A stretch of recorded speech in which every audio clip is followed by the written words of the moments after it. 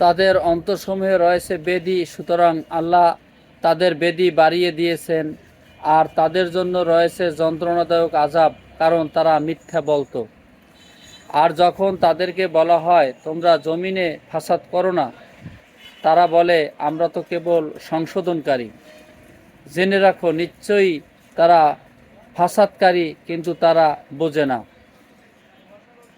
আর যখন তাদেরকে বলা হয় তোমরা ঈমান আনো যেমন লোকেরা ঈমান এনেছে, তারা বলে আমরা কি ঈমান আনব যেমন নির্বোধরা ঈমান এনেছে। জেনে রাখো নিশ্চয়ই তারাই নির্বোধ, কিন্তু তারা তা জানে না। আর যখন তারা মুমিনদের সাথে মিলিত হয় তখন বলে আমরা ঈমান এনেছি, এবং যখন তাদের শয়তানদের সাথে একান্তে মিলিত হয় তখন বলে নিশ্চয়ই আমরা তোমাদের সাথে আছি, আমরা তো কেবল উপহাসকারী।